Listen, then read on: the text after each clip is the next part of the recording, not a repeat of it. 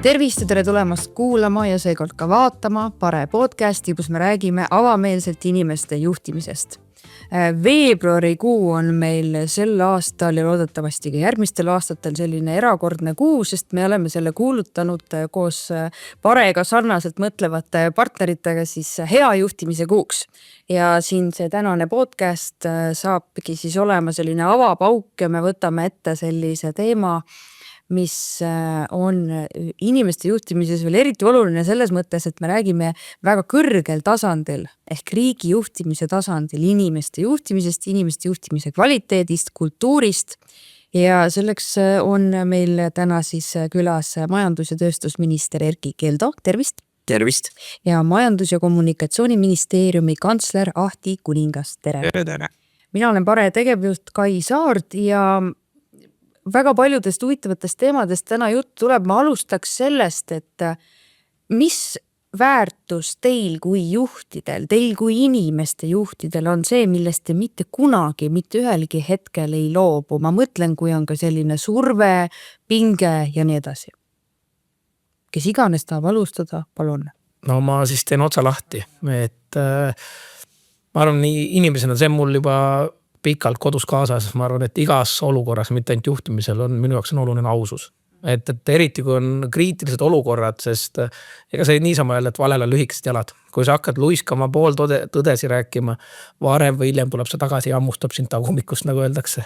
Et selles mõttes, et alati on lihtsam olla aus ja võib-olla teine asi on, mul on ka otsekohesus. See ei pruugi alati kõigile meeldida, aga ma olen selline hästi pragmaatiline inimene, et ausus, otsekohesus, isegi kui esialgu see tundub, et äkki on liiga palju, see teeb sul elu lihtsamaks.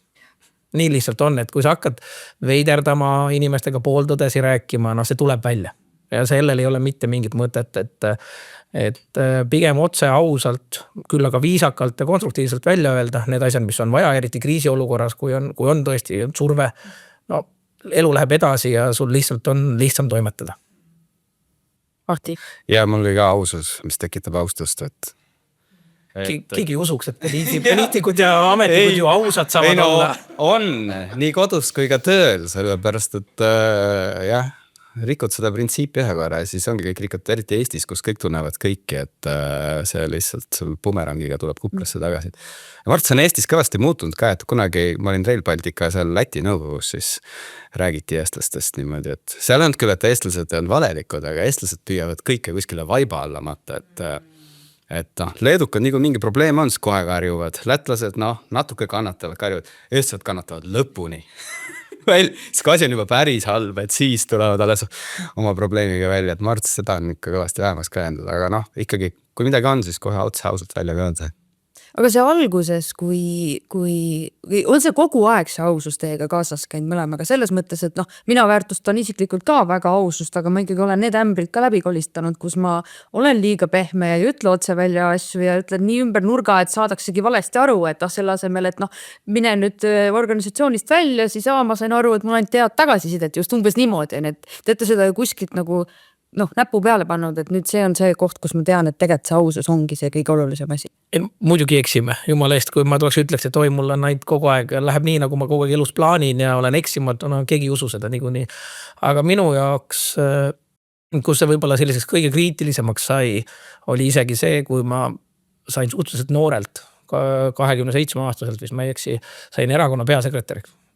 Ja paljud ei tea, et erakonna peasekretär on nagu põhimõtteliselt tegevjuht, aga sinu kollektiiv, keda juhtida on väga kõrge profiiliga Riigikogu liikmed, kuulsad inimesed, edukad inimesed ja siis oled 27-aastane poiss. Siis ma sain aru, et ja ei olnud erakonnast tol hetkel lihtsad ajad. Siis ma sain aru, et ma pean kogu aeg selge sõna, konkreetne otsesed ettepanekud jutt, et sa ei saa nagu kaheti mõistetav olla. Et võib-olla see oli see, kus ma oma esimesed kõige konkreetsemad õppetunnid ja kogemused sain. Et ja pärast seda ütleme aus, on palju lihtsam olla otsekohene ja konkreetne. No jah, nooremana muidugi ämbrid kolistud, aga nüüd enam mitte. See suur ausus tuleb lastekoduga kaasa, aga võib-olla nooremad petsid ise ennast kogu aeg, et mingid probleemid lükkasid edasi ja ei julgenud kohe kallale asuda ja tegelikult siis et see õnnestab sind ennast aga kas sellel aususel, kui me nüüd riigi juhtimise ja sealse inimeste juhtimise võtame, et siis kas sellel aususel saab seal kunagi mingisugune punane joon ka olla, et kas saab ka liiga aus olla kogemata näiteks või mitte kogemata? No selles mõttes saab ikka, sest et ja mingites asjades sa ei saa olla alustades sellest, et riigil on ka ju erinevaid tegevusi, mida lihtsalt ei tohi avalikult rääkida. Seadus keelab. Seda ei saa öelda, lähed vangi, et mingid asju on ikka ja tihti kasvõi poliitikas, olgem ausad, ega nüüd ongi hea, me räägime aususest ja mis asi on esimene, mida poliitikutele ette heidetakse, te ei ole ausad. Aga tihti aetakse segi see, et näiteks ka, ma ei tea, enne valimisi, ilmselgelt mina räägin enda ideaalsest Eestist. Millist Eestit ma tahan, mida ma seal teha tahaksin, aga Eestis ei valitse mitte keegi mitte kunagi üksi. Ja see on väga okei ka, ongi loogiline. Ja siis aetakse segi ausus versus tegelikult tuleb teha valitsusse minnes või juhtides kompromisse. Need on kaks erinevat asja. Et selge on see, et minu nägevus on väga erinev kui näiteks, ma ei tea, mõne teise erakonna sotsiaaldemokraatide või EKRE või selge. Kui sa pead kellegi koos valitsema, siis sa pead tegema kompromisse. Aga see ei tähenda, et ma ei ole aus või et ei sooviks teisi asju. Iga juht ju peab mingis osas kompromisse tegema ja neid asju tuleb eristada. Mulle tundub kahjuks meeldib või mitte. Poliitikute puhul üritatakse öelda, et näe, et õigus luiskab ja ei pea oma sõnades kinni. Aga mul ei ole ju mõtet minna rääkima seda, mida mina ainult teha tahan, kui ma seda üksi teha ei saa. Tõsi.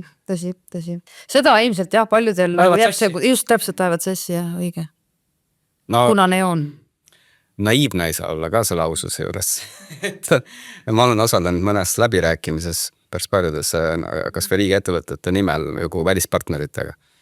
Ja siis, kui sa ennast kohe alasti tõmbad, siis nendest läbirääkimistest ei tule mitte midagi välja. Aga sa ei tähenda, et sa pead valetama, aga sul peab olema oma otsustus. Midagi rääkima näed. Aususe oluline printsiip on ka minu jaoks, kui küsitakse, et sa pead teadma, et mõnikord tasub ka mingid asjad rääkimata jätta. Hoida endale. Võib-olla hiljem kasutada selles mõttes juhtimisotsuste tegemisel.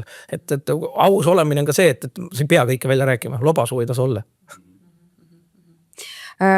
Kui infot on vähe, nagu enne sa Erki just ütlesid ka, et paljudest asjadest ei saa ka võib-olla rääkida ja nii edasi, et kui infot on vähe, kuidas siis mingisuguseid raskeid otsuseid teha või suuri otsuseid või olulisi otsuseid? Kõlab klišeena, aga parima teadmise järgi. Selles mõttes, ega poliitika kõige keerulisem olukord ongi, sa põhimõtteliselt pead kogu aeg otsustama piiratud info väljas. Et ma just pidin ühe intervjuus Äripäevale pidingi, et oli ettevõtja Raul Kirjaneni kriitika, et need valitsuse otsused on kogu aeg mõeldakse edasi, tagasi, üles, alla. Ma ütlesin, ma objektiivselt võtangi selle kriitika omaks. Ma ütlesin, aga tuleme nüüd viimasesse 3-4 aastasse. Et ole see inimese tasandil, ettevõtte tasandil, ega valitsus on ju samasugune. Meil on nii piiratud informatsioon, üks hetk on selline olukord, 2 kuu pärast, ma ei tea, maailma korras, nagu me näeme, muutub, sa pead ümber otsustama. Ühtepidi me saamegi nimetada seda nagu edasi-tagasi liikumiseks, aga teistpidi mul ei olnud 2 kuud tagasi paremat teadmist ega informatsiooni, mille pealt otsuseid teha. Aga otsust oodatakse alati. Ole sa valitsuse liige, ettevõtte juht või ma ei tea, peres lapsed ootavad sult otsust. Sa pead tegema ja mina olen endale võtnud, ma teen selle informatsiooni pealt parima otsuse, mis ma suudan teha. Ja see informatsioon on alati piiratud. Alati tuleb homne päev uus informatsiooni juurde. Ja siis oleks, see on see tunne, et oleks võinud teha. See nali jah, kui ma oleks pooltki nii tark, kui mu naine tagant järgi. Vabandust nüüd. Kas sa nõustud Erkiga? Ja kindlasti, ja. Et kõige hullem on see, kui otsused ei sünni.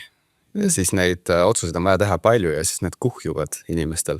Ja nad seisavad kogu aeg oma nende nii-öelda poolikute, mis iganes projektid või siis nagu kriisiolukorrad taga. Aga siin tuleb kogu uusi asju peale. Et meil oli hea koolitus siin koroonaga ja siis sanktsioonide kehtestamisega ja kaablite mõrdmisega, et kui sul on ikkagi juba mingi üle poole infost käes, siis pigem kiire otsus, on ta natuke vigane, aga sa paned selle vee voolama, et inimesed ütlevad, et kas on vale otsus, siis seda saab kohe muuta. Või siis vähemalt inimesed tegutsevad selle millegi nimel, et nagu saada sellest kogu olukorra pildist veel parem ülevaade ka. Otsuse positiivne ongi nagu vanas, otsus ei ole ju kivisse raiundud. Ja ma arvan, väga nagu tugevuse märk on see, et kui sa näed, et otsus saab ümber teha, saab paremaks teha, siis sa teed seda. Mitte, et sa ei hakka vabandama, ette taha mõtlema, et miks nii-öelda tehtud otsusesse kinni jääda. See üldiselt ongi hea juhtida ju tunnus, et selles hetkes, kui sa näed, et midagi oleks kuskil valesti, sa ei pea seda nõrkusena vaatama, vaid sa otsustadki ümber, sa selgitad, miks, asjaolud muutusid, et selles mõttes ja sa teed asja paremaks. Et otsus ei ole ju ühekordne ja nüüd on nii jääbki eluks ajaks lõpuni, sa saad seda muuta. Aga mõni otsus võib-olla on ühekordne, ma toon näite ja me jõuame siit sinna inimeste juhtimise valdkonda, kui tuleb inimesi kuskilt otsustada nüüd, et mis nendest saab, mis nende saatus on mingid kärped, koondamised ja muu selline, siis ei saa otsust tagasi võtta. Okei, seal ei ole see piiratud informatsioon enam Sul on teema. suhteliselt selge informatsioon, jah, just on, aga kuidas nagu seal siis võib-olla inimlikuks jääda, kui on rasked otsused, need puudutavadki inimesi? No ega see tulebki jõume algusest aus ja tuleb ka selgitada. Et ma arvan, et isegi siin viimased aastad ma julges öelda, et Ahtil on väga, ma arvan, isegi keerulised selles mõttes valdkonnad olnud, et majandusministeerium poliitiliselt on kokku lepitud kogu aeg, et 3. aasta on, kui ma ei eksi vähemalt vist järjest, kus me peame koomale tõmbama. Me oleme pidanud, on kas inimesed ära läinud, on olnud ümberstruktureerimised, on olnud koondamisi, tugisüsteemide ülevaatamist, et seal on isegi, ütleme, tänases minu selles rollis, et ma saan öelda, võib-olla selles mõttes on isegi kergem, et poliitiliselt tihti mingid asjad otsustatakse ära, aga nagu reaalse elu peavad ju majades kantslerid vastutavad ka ju majas personali inimeste eest, tihti ministril on muud raskused ja ülesanded, aga jah, kui need otsused tehakse, et nendes raamides peavad kantslerid suutma nii-öelda inimesi motiveerida, süsteemid töös hoidma, et see kindlalt ei ole kuidagi lihtne. Palun, et sa kommenteerid seda nüüd ikkagi ja mõni näide oleks siin hästi tore mõnest viimase aja sellisest või ütleme, mis sa oled hästi, ise tunned, et sa oled juhina hästi teinud, kui on raske olukord olnud? Ma kõigepealt peab proovima koondamist vältida, et sa ei pea tegema seda päeval 1, sa võid seda ju hajutada ka mõne kuu peale. Ja siis, kui sul on ikkagi kuskil väga head inimesed, siis sa proovid neid hoida, aga organisatsioonil on ka loomulik voolavus, et meil siin eelmine aasta oli 14% isegi. Et siis selle arvelt saab lõikeid teha. Siis on muidugi alati inimestel ka, kes on need paremad inimesed, kes on kehvemad inimesed, tavaliselt hakatakse sealt altpoolt lõikama. Aga kõige selle juures tuleb inimlikuks jääda, et ma ise olen ka näinud, et inimesed, keda me oleme koondanud, siis nad käivad jätkuvalt meie pidudel. Mis tähendab, et rusikas põues ei ole. Ja, võib-olla nii palju lisaks, et mis see reaalne elu ongi, et mida me ka tegime praktiliselt, et ma mäletan just minu esimesel aastal, et kui tuli see otsus, et riigikaitsekulud tõstetakse hästi kõrgele. Siis oligi, et ja iga poolt kõik teised meie peame koondama ja kokku tõmbama, siis me tegimegi ka maja ja allasutuste video kohtumise kohe, et ja andsingi otse ausalt kogu maja inimestel kõigile selle ülevaate, milline on riigieelarve läbirääkimiste seis, kuhu me oleme jõudnud, öelnud, et ausalt, et kuna nüüd järgnevad aastad nii palju tuleb täiendavalt riigikaitses raha panna, siis me oleme poliitiliselt kokku leppinud, et kõik teised ministeeriumid peavad seda võrk kokku tõmbama. Ja see siis veel täiendavalt, et ka inimesed saaksid ka aru sellest ohupildist ja üldse, miks me seda kõike teeme, miks see on vajalik. Siis tegime ka kokkuleppe, et tulevad ka kaitsevaldkonna inimesed kirjeldama, mis üldse maailmas julgeolekus toimub. Et me ei tee seda niisama, et meile meeldib, vaid päriselt oht on tõsine, olukord on päris keeruline ja sest ka ju pärast ütleme muutusi on ju vaja, et ka olemasolev kollektiiv, kes alles jääb ju, kui kedagi koondatakse, kõik saavad aru, et miks seda on tehtud, miks oli vajalik, et see ei ole sellepärast, et meile meeldib kedagi koondada või kokku hoida, vaid lihtsalt objektiivselt vahendeid rohkem ei ole. Ja inimesed saavad siis ka rohkem mõistavad seda ja nagu Aht ütles, et positiivne on ju see, kui inimesedel ei jää kuidagi rusikast tasku, et ega koondamine ühtepidist ei ole ju elu lõpp, selles mõttes on võimalik leida uusi väljakutseid, aga lihtsalt tol hetkel meie organisatsioonis lihtsalt rohkem ressursse ei ole. See ei ütle, et meil neid inimesi vaja ei oleks, aga riigil on ka keerulised ajad. Praegu juba 2 aastat me oleme öelnud, et täiendavad inimesi verba ja siis, kui keegi lahkub, muidu oli nii, et siis pannakse ka uus konkurss üles, siis on see, et selle peab kindlasti minuga enne kooskõlastama, et vaatame, äkki saame siin struktuuri ümber mängida hoopis. Aga jah, et inimeste niisugune teadlikkus ka üleüldisest olukorrast, et me käis tõesti Karusa rääkimas, esmaspäeval tuleb meil Jonatav Seev rääkimas. Kogu majale. Just, sa ei saa ju eeldada, et kõik igapäevaselt saaks aru, mis maailma välipoliitikas toimub, aga see mõjutab meid kõiki. See on samamoodi, ma arvan, väga paljud ju eraettevõtted samamoodi, kes on pidanud praegu kas koondama või mitte saanud kasvada või ma ei tea, maksta tulemustasus midagi. Tihti mõju on ju väljaspool nende ettevõtte tegevust, on see, et lihtsalt eksporditurg on ära kukkunud. Aga kui sa oled, aga sul on ju oluline, et kogu meeskond koos teaks, miks neid otsuseid tehakse, et ma tean, see on üks suurimaid klišees, aga mulle tegelikult väga meeldib see sama kunagi, mille mäletan juba enne ülikooli, et üks nagu juhtimispõhimõtteid, et kindlasti seda kõik on kuulnud, et minnakse sinna NASA-sse, on koristaja, no mis sa siin teed, ma aitan rakette õhku kosmoses, aitan inimesi kuhu, mis mõttes sa koristad, et noh, et see mentaliteet iga üks organisatsioonis teab, et tema panus on oluline, et miks mida me teeme, mis on see lõppeesmärk. Kust need teie põhimõtted pärinevad, kuidas teie olete saanud headeks inimeste juhtideks? Kes ütleb, et me oleme saanud, ega ma ei tea. Aga ma arvan, et see on üks põhjus, miks te täna siin ka olete, et ega me niisama teie peale ei mõelnud, et täitsa tõsiselt, et kust on need juhtimispõhimõtted pärit, seal on kindlasti palju lugemist, seal on koolist tulnud, seal on praktikast tulnud ja nii edasi, aga mis need kõige suuremad mõjutajad on teie kui juhtide vaatest? Baas on kindlasti kodustanud väärtused, aga mina olen näinud ju nii palju juhte, et üks asi on see, et ma just arvutasin, kui mul on olnud 23 ministrit ja need on nagu iga üks on täiesti erinev isiksus. Ja siis sa võtad kunagi ritta panna, vaata, see oleks nii lahti. Ja me kutsusime nad 5 aastat tagasi lõuna, et siis kui on juubel, siis kutsume jälle. Aga sa sealt näed kõikide tahutud ja tahumata külgi, et siis sul hakkab endal pilt tekkima, mis töötab paremini ja mis ei tööta. Ja samamoodi on kantsleritega. Mul on millegipärast õnnestunud algusest peale ka kõikidega koos olla, et ükskõik, kas ma olin peaspetsialist või siis nüüd kantsler. Et ma arvan, et sealt on see maailmapilt kujunenud. Ja minu õnneks ma olen ka olnud hästi palju ettevõtete nõukogudes, et ja värmand inimesi, et siis sul tekib ka mingisugune kõhutunne. No ja ma arvan, eks need selles mõttes stampvastused, aga kindlasti ma arvan see ka ülikooli taust. Ma arvan just selles mõttes, et ma õppisin ka riigiteadusi, mille seal on hästi palju organisatsiooni kultuuri küsimus, ühiskonna korraldus, et selline, ma võiks öelda, ma ei tea, nii saab öelda, et see annab ka väga kõrge sotsiaalse intelligentsuse.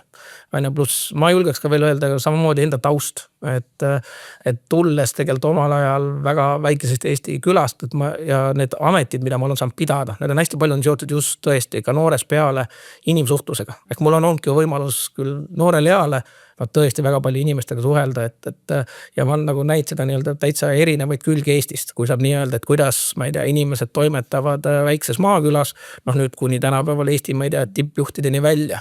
Ja üks asi, mida ma olen alati proovinud hoida, mis aitab, et on inimestega hea suhelda, et ära mine kunagi eelarvamustega inimesega rääkima. Sellepärast, et nii nagu ütles, Eesti nii väike, et kui tuled kuhugi kollektiivi, sa kindlasti tead kedagi teist, kes ütleb, ega mul samamoodi, et mida küll, ma ei tea, majandusministeeriumis tehakse või kuidas seal inimesed on, ma ei tea, kas liiga uljad või mida iganes, kõik annavad igasuguseid mõtteid sulle ette kaasa, aga ma olen enda jaoks alati öelnud, et oma silm on kuningas, nagu öeldakse. Aga seda ma ei praegu kogemata tuli. Aga et ära mine eelaimluses, sellepärast, et inimsuhted on nii erinevad, et kõik inimesed omavahel ei saagi läbi. Keegi teine ei saa sulle ette öelda, ma ei tea, milline nahti. Ma pean ise sellest aru saama. Ja kui ma lähen juba kellegi teise eelarvamusega, ma olen tegelikult juba selle suhte ära rikkunud, vabandust. See on minu jaoks alati oluline, et ja inimesed ongi erinevad, osad inimesed klapivad, osad mitte, sa pead ise selle selgeks tegema.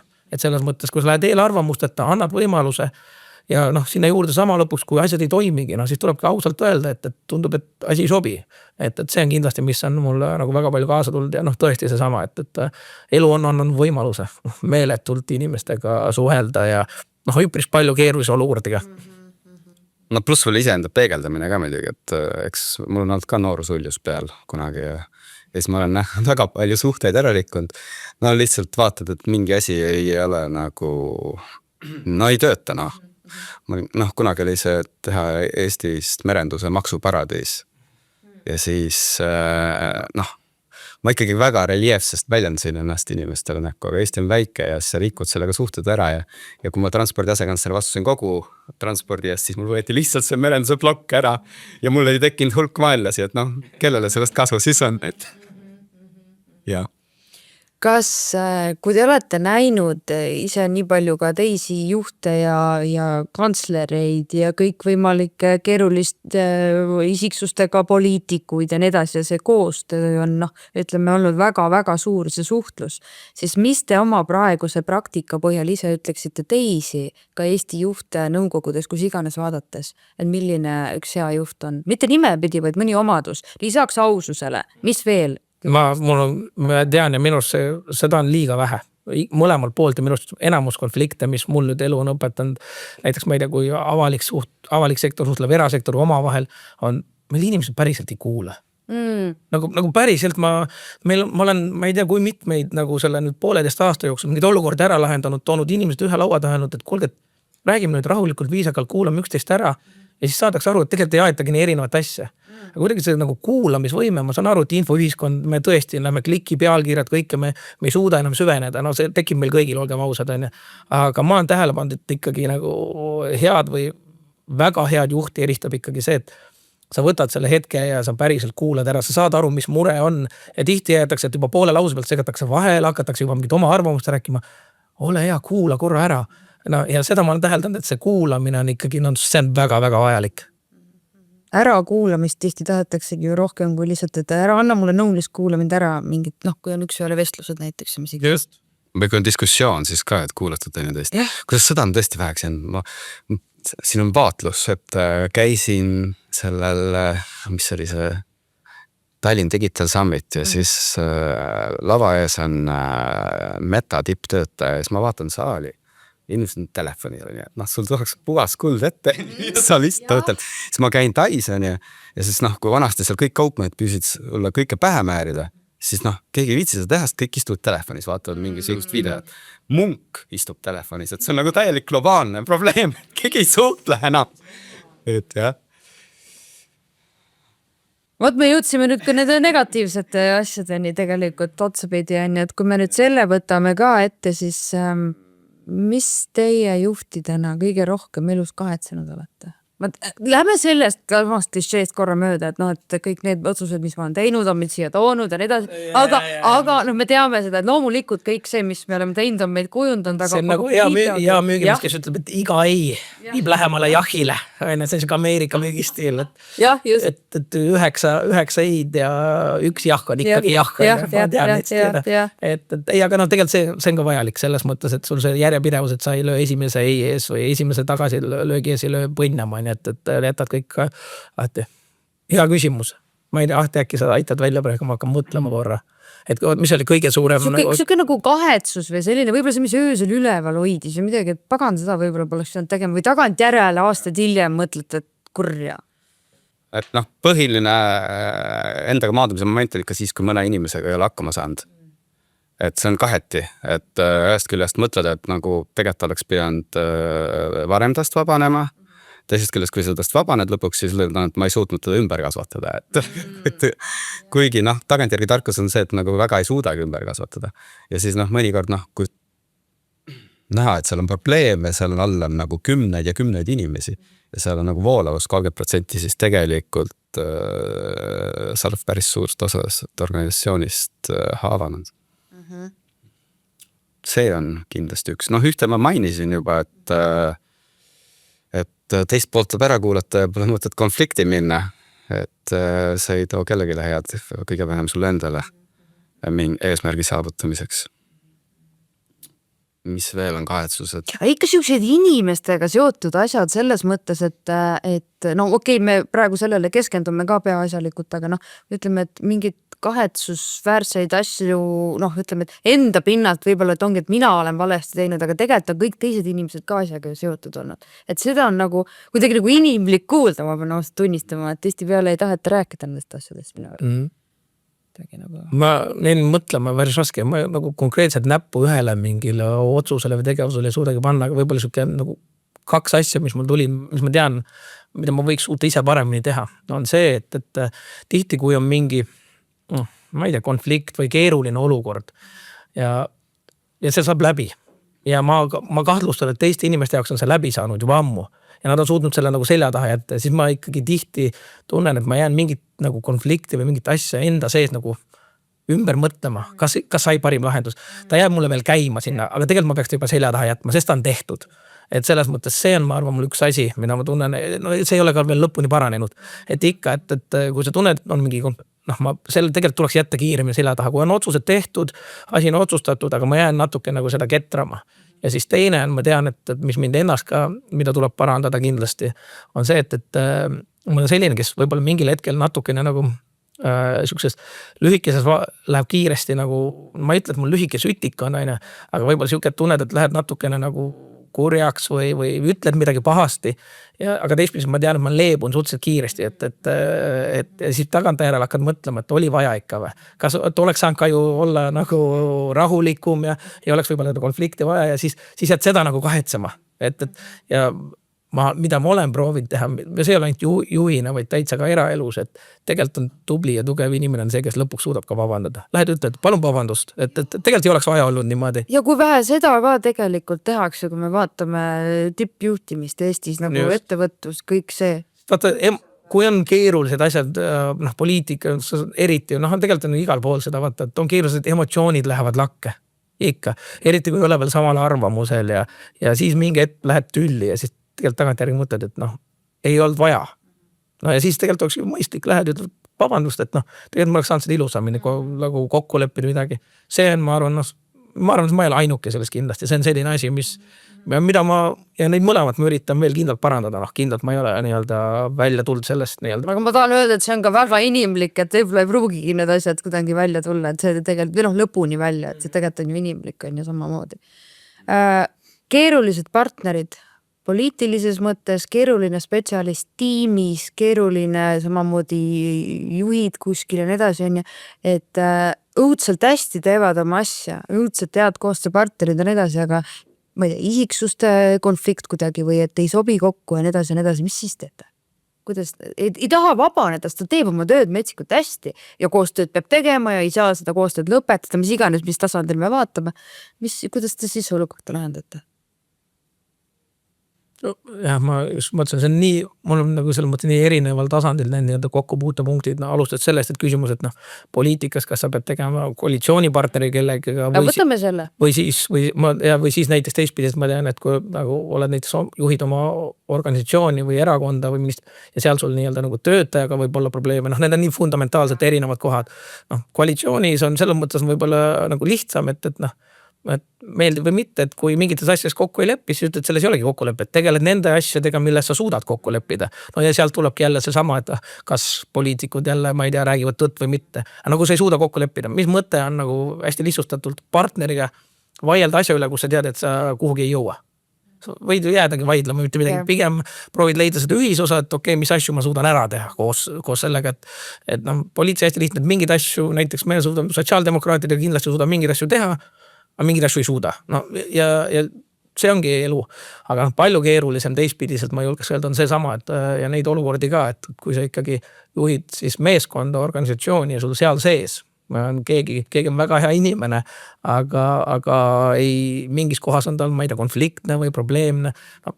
Põhiasi, mida ma olen tol hetkel ikkagi teinud, on see sama, et sa vaatad ära, mis on need inimese tugevused. Ja sa proovid, et ta tegeleks ainult selles valdkonna, selle sektoriga, milles on tema tugevused. Kui ta on halb suhtleja, siis sa proovid ta panna rohkem nagu spetsialistiks oma asja tegema, et ta ei pea kollektiivis koostööd tegema. Et sa pead, ma olen alati proovinud, et meil kõigil on, mingid asjad on tugevamad, mingid asjad on nõrgemad. Et alati pigem proovi võimestada selle inimese neid tugevusi ja kui sa tead, et tal on mingi oht minna tülli või ta ei saa, ühesõnaga proovi seda minimaliseerida. Et kui ta on hea inimene, sul seda vaja, siis proovi teda panna tegema neid asju, millest ta on hea. Ehk siis võimestada tugevusi, mitte õpetada nõrkusi tugevamaks. Jah, sest see on see küsimus, mingi, et inimesed kõik peavad arenema, sa proovid ju aga ega see niisama ei öelda, et vanale koorele uusi trikke ei õpetana. Siis mingi, et sa pead mõtlema ära selle, et on sul mõtet hakata ütlema täiskasvanud inimeselt, nüüd sa pead enda iseloomu ümber mõtestada. Seda ei juhtu niikuinii, olgem ausad, väga harva juhtub, aga sa tead, et on väga tipptasemel, teeb midagi, anna talle siis seda töötükki rohkem juurde, las toimetab sellega. Sina laseks lahti? No, elu on näidanud, et inimene peab ikka väga aja maha võtma, et ennast ümber õpetada ja siis endale peeglisse vaadata, et sa vestled ja siis paariks kuuks võetakse ennast kokku, aga siis maandutakse ikka samasse auku ja ja see on see puhas see matemaatika, on ju, et noh, ma ei tea, ütleme, et üksuses on 5 inimest, igaüks annab 100 punkti, kokku 500, on ju. Aga oletamata on üks superstaar, annab 150, aga teised annavad 60. Ja kokku 390, on ju. Et noh, ei teeta, noh. Ja noh, mida suurem üksus, seda hullem. Pluss veel inimesed hakkavad lahkuma. Mingid tulevad asemele, juhtub sama, siis hakkab juba turu peal kõlama, et kuuled sinna tasu tööle minna, et see nagu kliima on kehv ja tegelikult ikkagi tuleb see olukord kohe ära lahendada. Sellega ma olen nõus, et see on küsimus, et kui keegi küll panustab või on superstar, aga kui ta selle tõttu ülejäänud kollektiivi tuksi keerab, siis ei ole mõtet lolli mängida. Et sa võid proovida, aga kahjuks ahtides väga tegelikult need inimesed muutuvad. Jõuda selle samasse otsekohasul, et kui sa hakkad selle laveerima ja mõtled, et äkki lahendad olukorra või ma ei tea, väga harva juhtub, et asi laheneb iseeneslikult, on ju, et elus juhtub, on õnne ka mõnikord, on ju, aga üldiselt ei ole. Üldiselt ikkagi elus nii palju õnne ei ole, et kõik asjad iseeneslikult laheneksid, et sa pead ikkagi sekkuma. Ja mida kauem sa ootad, seda ju raskem on nagu seda asja lõpuks lahendada.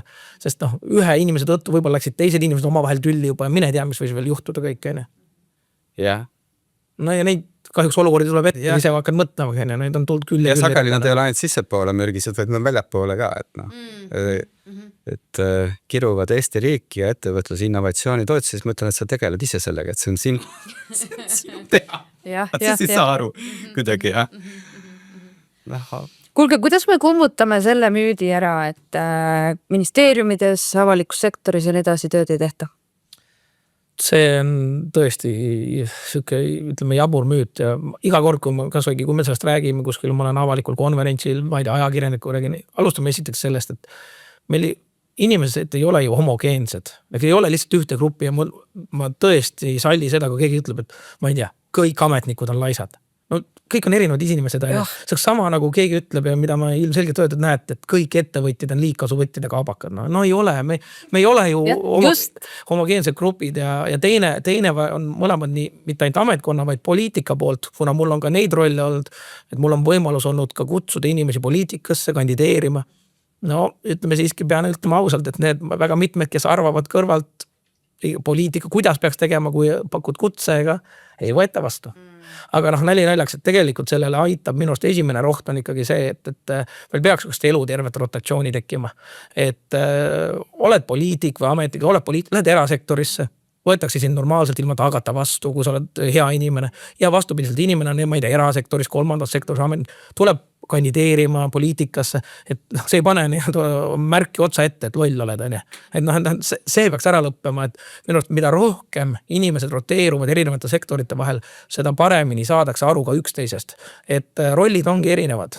Ja see, et kuidagi head inimesed ametnikena vähem tööd teeks kui erasektoris, no kindlasti mitte. Esiteks meil on juba endal majandusministeeriumis väga mitmeid inimesi, kes on edasi-tagasi käinud või on mõlemad kogemus saanud. See on ikka väga inimese põhine, kas inimene on hea, kas ta tahab tööd teha, kas ta on motiveeritud, kas ta näeb, et tal on ägedad eesmärgid ees. Et tegelikult ametkond, ütleme, suur organisatsioon ei erine ju. Oled sa suur organisatsioon erasektoris või suur organisatsioon avalikus sektoris. Suure organisatsiooni probleemid tekivad mõlemal pool. Tekib ebavajaliku organisatsiooni sisest bürokraatiat, tekib neid, kes näevad, et nad saavad natuke põlve sirgu lasta. Et see ei ole kuidagi, et see on avaliku sektori. Võib-olla Eestis just ongi see eripära, et kuna Eestis on hästi palju väikeettevõtteid ja väikestes organisatsioonides seda ebavajalikku bürokraatiat, võib-olla laiskus saab vähem tekkida, sest kõik kontrollivad kõiki, sa näeb, kui töö on tegemata. Aga suurtes organisatsioonis juhtub seda, et kuna inimesi nii palju, sa ei suuda kõigi efektiivsust lõpuni mõõta. Ja see ei ole küsimus avalikus sektoris, vaid see on küsimus suurte organisatsioonides ja juhtides, kes suudavad eesmärgistada, panna nii-öelda grupid tööle ja ikkagi aru saada, kes teeb tööd ja kes mitte. Ahti, kas MKM-is siis reede pärast lõunast enam kõik pastakad kukuvad juba nagu siin meil mõningad raadiosaadete juhid arvastavad öelda? No, täna reede pärast lõuna, ma olen siin. Reedega meil huvitav päev, me tegime niisuguse aasta tagasi majas kokkuleppe, et reedesse ei paneme niisuguseid rutiinseid koosolekuid.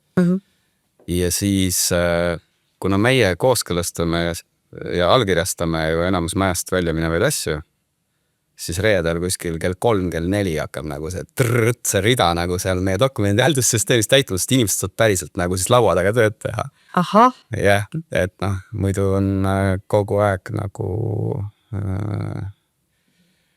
muud asjad kaelas, aga noh, rääkides sellest ametniku tööst, et sageli halvustavalt öeldakse, et elate maksumaksja raha eest, aga siis noh, maja sees me olemegi teinud kõik teenust, eks, et noh, ja siis me maja sees räägime ka, et noh, ala Telia või siis Elisa pakub sideteenust, on ju. Aga noh, meie vaatame siin oma allasutusega, et meil kõik ühendused oleks olema ja see sideteenus toimiks ja et või siis, et liftil hooldus pakub üks firma, see on teenus, on ju, aga see, et me vaatame, et seda hooldust pakutakse õigesti ja et nagu see lift valel ajal alla ei kukuks, see on ka tegelikult teenus, on ju. Mis sest, et maksumaksja raha eest. Neil muidugi lift pole õiget aega, et lift alla kukuks. Ja, ei olegi. Ja vaata riigi teenuste puhul peab olema see, et nagu 100% toimivad ka, et seal ei juhtuks mitte midagi. Ja sama on nagu politsei versus nagu turvafirmad, siseministeerium, kes siis tegeleb politsei pääste haldamisega, et see on teenus, on ju, ja see paratamatult maksab. Ja see on muidugi hästi lahe, me ei tõenäoliselt võib-olla kuskil me näinud, enne kui must majandusminister sai ahtikega me varem kokku puudnud, nagu sügavamat ei olnud. Aga just see sama, et kuidas me nagu mõtleme, et ma olengi öelnud see sama, et mida ma tahan ja mida ma olen proovinud juurutada, et hästi oluline ongi see, et me tegelikult ju, noh, ma saan aru, et erasektoris seda avalikku sektorit ongi keeruline nagu mõista, mõtestada, aga et me proovikski ennast võtta, kui me ka oleme mõnes mõttes teenuse pakkujad. Ainuke erinevus on see, et hästi lihtne, et noh, ma ei tea, ma olen Swedbanki klient, mulle see teenuse meeldib, mul on võimalik valida alternatiivne pank, on ju. Aga kui me näiteks, ma ei tea, maaruumi ametiga me pakume, kodanikul ei ole võimalik alternatiivsesse maaruumi ametisse minna, välja arvatud välismaal investeeringuga suur ettevõtjad, on ju. Aga kui sa oled tavaline riigi kodanik, et ühesõnaga, et mõelge, te olete ka ju tegelikult pakute teenust, ehk siis mõelge selle teenuse kvaliteedi, kliendi suhtluse peale ja sealt tihti tekivad need negatiivsed nagu kuvandid, et keegi see halva sõna otseses mõttes teenuse, kas nagu ei suhtutud temasse hästi või pinnapealselt lahendati muret või midagi, et seda ma olengi nagu proovinud juurutud, saaga aru, et see tegelikult on ju küsimus ka samamoodi kliendi rahulolust ja meil on üks riik, et ühesõnaga, et kui inimene saab kehva teenuse kuskil, siis kahjuks ta ju laiendab seda kogu nagu riigi või avaliku sektori peale. See avalik sektor on saatanast. Tegelikult võib-olla tal oli kehva inspektor kuskil, kes oli natuke, ma ei tea, pahatahtlik.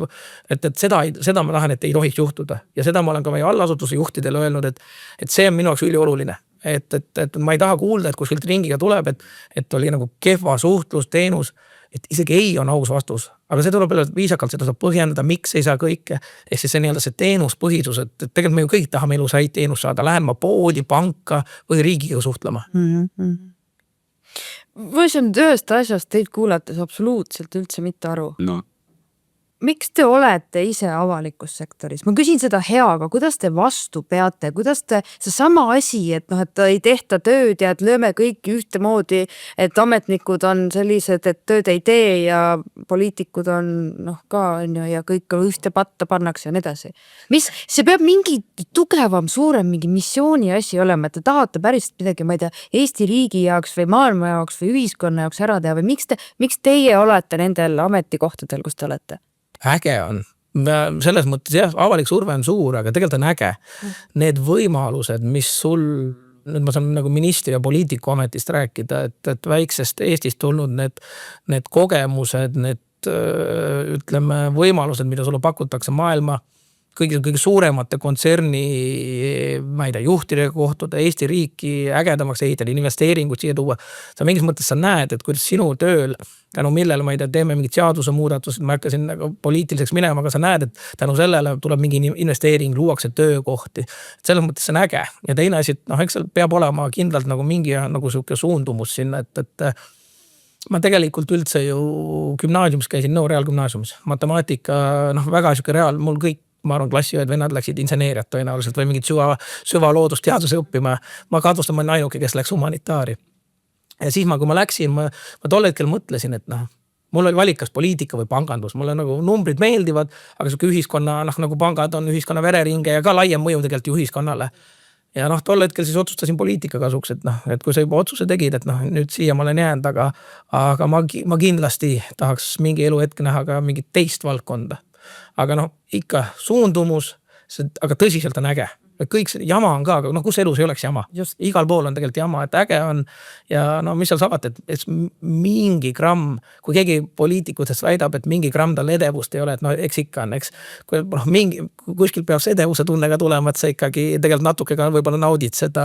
No see on tervislik jällegi tegelikult ju selles mõttes, et meil on igat tüüpi inimesi ametikohtadesse vaja. Aga hästi oluline on see, et sa pead aru saama ka, mis kriitikat sulle tehakse, et jumala ees, kui sa kõike sisse võtad, siis ei ole võimalik poliitikas olla. Ma isegi, see kõlab, noh, ma ei ole seal väga palju rääkinud, ma isegi vahepeal, et lihtsalt nagu vägevat muiet saada, et ma olen paar korda isegi mingid nagu neid kommentaariumeid lugenud. Kuna see ei puuduta mind üldse, ma ei võta seda üldse isiklikult, aga seal osad on päris vaimukad ja see läheb ennast naerma. See, kui keegi lihtsalt solvab, et ma ennast sõnu võttes, mul on täiesti kama kaks sellest, ma tean, ju tegemist on õnnetu inimesega, kellel on omal elus raske, aga seal osad on päris vaimukad, ma vahepeal naeran, saadan sõpradele, vaadake, et kellegil on seal mingid vaimukad ütlused, et sa ei tohi seda kõike liiga tõsiselt võtta, sa tead ise, et mis tööd sa teed, miks sa seda teed, kas sa teed seda südamega või mitte.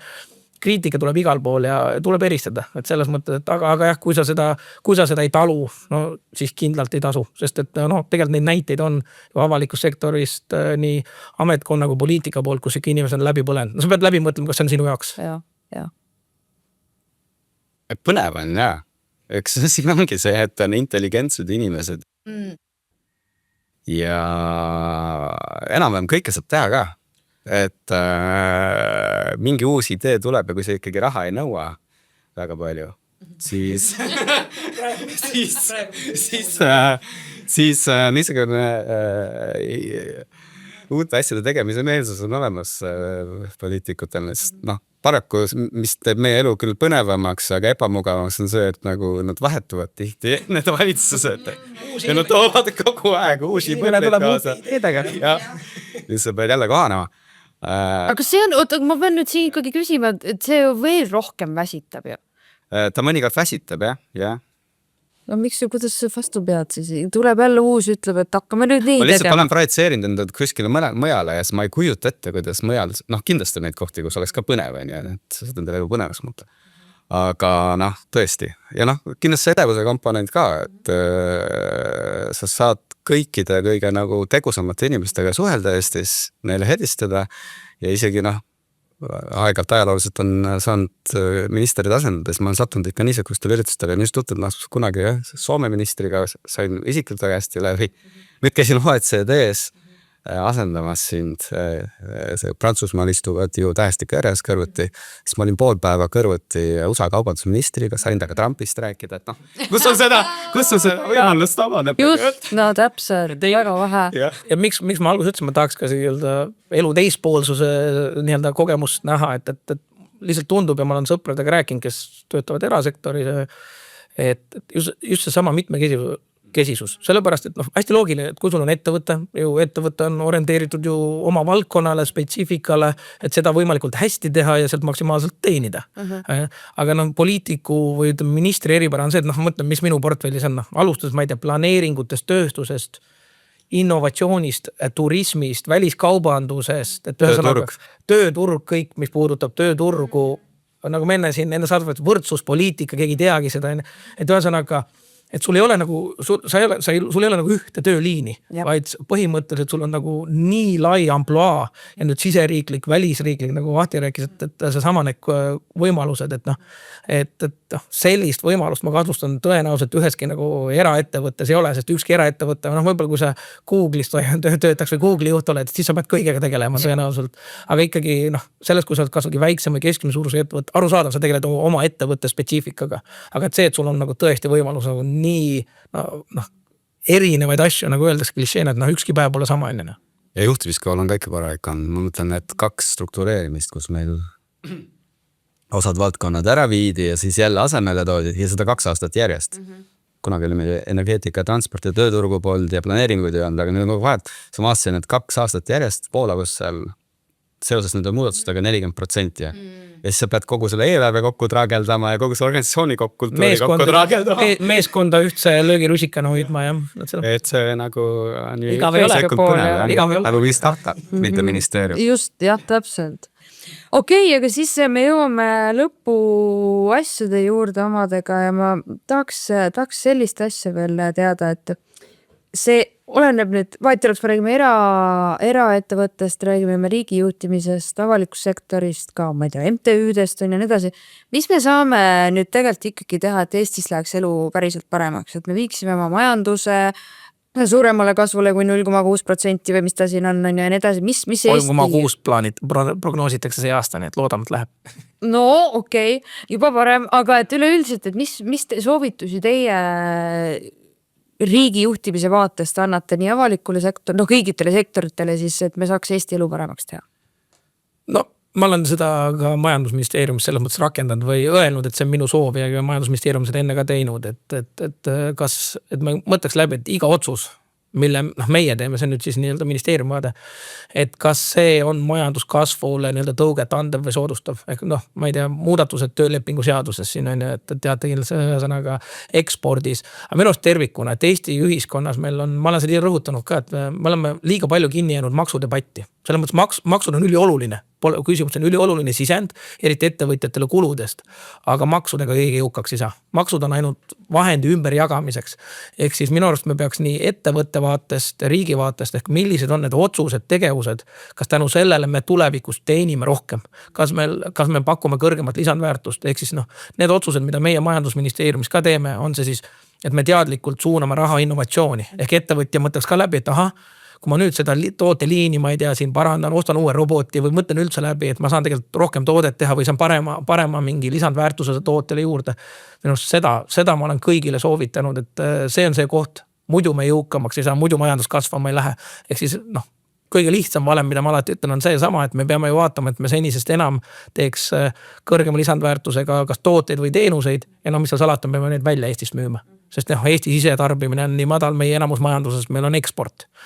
Ehk et see on see minu, nagu ma ei tea, siuke mõttemall või mida ma ütlen, et rohkem mõtleks, et kui nüüd neid tegevusi teeme, et kas see siis kasvatab meie majandust, tootlikkust, efektiivistab, mida iganes, et seda saab iga tegelikult väike ettevõtja mõelda läbi, kas tema ettevõttes on kõik maksimaalselt efektiivne, saab mõelda keskmise suurusega, suured ettevõtjad saab läbi mõelda, kas nad ekspordivad piisavalt, tahaks kasvada, ehk see on see koht.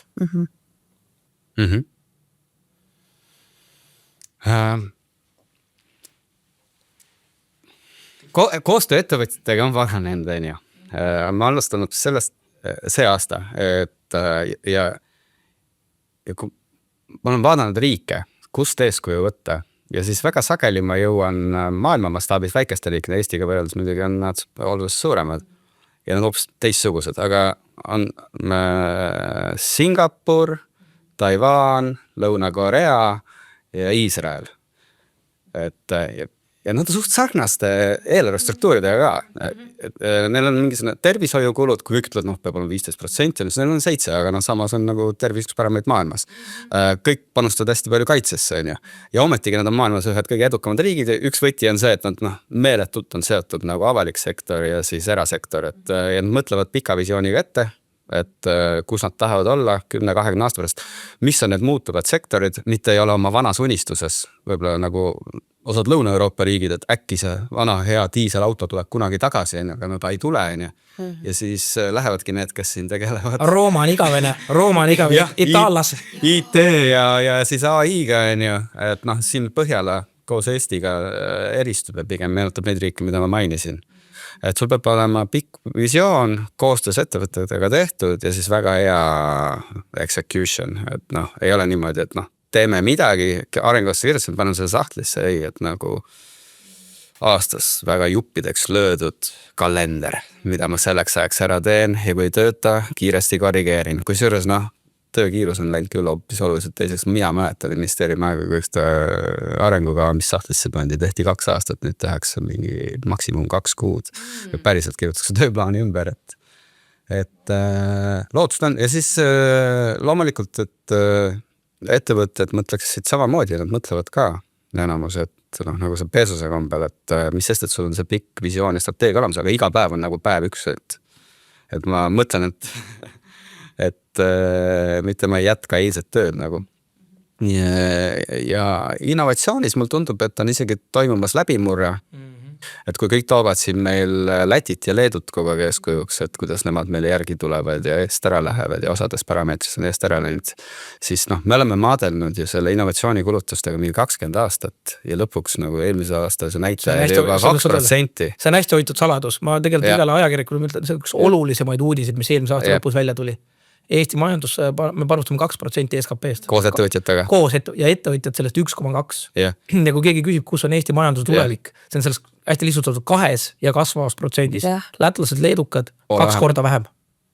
Mis tähendab seda, et täna võib olla küll hea, aga see näitab, kus me oleme siin 5 või 10 aasta pärast. Ja see on nagu, räägime majandusdebatist või üldse juhtimis, et küsimustest või kvaliteedist, et tegelikult nagu peaks vaatama, kuidas avaliku sektori juhid, aga ka erasektori juhid seda innovatsiooni saaks võimendada, kuidas need juhid näevad, et nende meeskonnad mõtleks selle peale mõlemal pool. See on see koht, kuhu me tahame tegelikult jõuda oma majanduses.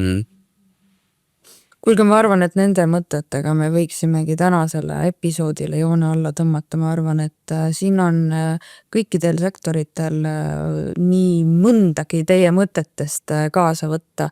Ma olen siiralt tänulik Erki Keldo ja Ahti Kuningas, et te saite Pare podcasti täna tulla, et te saite rääkida nii inimeste juhtimisest ka kõigest muust toredast, nii et suur aitäh teile. Aitäh kutsumast, väga laheli.